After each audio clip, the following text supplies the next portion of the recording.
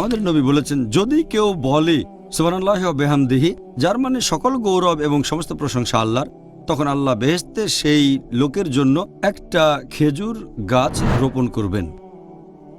আরেকটা হাদিস উল্লেখ করা হয়েছে সহিহ মুসলিমে, বুক অব জিকির, হাদিস নাম্বার 6509।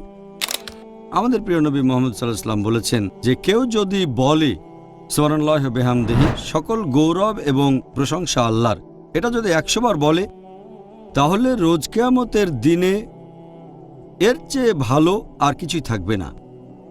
এটাই সবচেয়ে ভালো।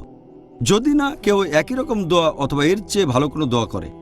এরকম আরেকটা হাদিস আছে সহিহ বুখারীতে, খণ্ড নম্বর 8, হাদিস নাম্বার 6405।